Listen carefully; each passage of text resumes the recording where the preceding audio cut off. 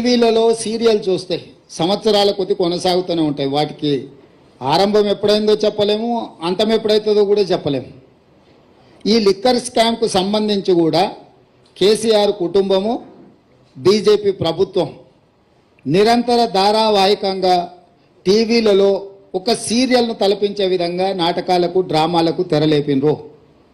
ఇన్ని సంవత్సరాల నుంచి కొనసాగుతున్న ఈ డ్రామా నిన్న అరెస్టు డ్రామాతో పతాక స్థాయికి వచ్చింది. అసలు ఇన్ని రోజుల నుంచి ఇంతమందిని అరెస్టు చేసి ఇప్పటి వరకు అరెస్టు చేయకపోవడము, రెండవది ఈరోజు ఎన్నికల నోటిఫికేషన్ వస్తుందనంటే ఒక రోజు ముందు అరెస్టు డ్రామాకు తెరలేపడము దేనికి సంకేతం ఇది? అంటే అవినీతి మీద చర్యలు తీసుకున్నామని ఛాంపియన్షిప్ వాళ్ళు తీసుకోవాలని, సానుభూతుల కోటాలో వీళ్ళు ప్రజల సానుభూతి బొమ్మాలి, మమ్మల్ని ఇబ్బంది పెడుతుండ్రు, మమ్మల్ని జైలు పాలు చేస్తున్నారని చెప్పుకోవాలి వీళ్ళు అని